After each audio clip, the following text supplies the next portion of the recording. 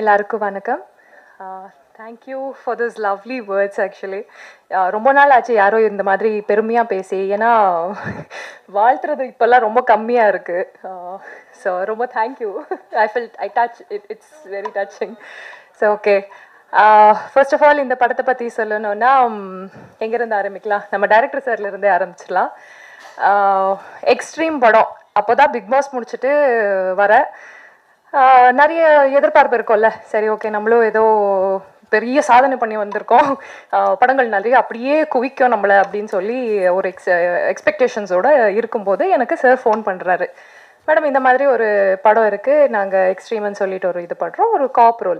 சொல்லப்போனால் சாருக்கு என்ன யாருன்னே தெரியாது. அதுக்கப்புறம் தான் நான் வந்து சரண மீனாட்சியோட கிளிப்பிங்ஸ் எல்லாம் அனுப்புகிறேன். சார் நான் தான் இது பாருங்கள், நான் ஓரளவுக்கு நடிப்பேன். அப்படியா மேடம், சரி ஓகே அப்படின்னு அதுக்கப்புறம் தான் தெரிய வந்துச்சு அவங்களுக்கு. ஓகே, ஓரளவுக்கு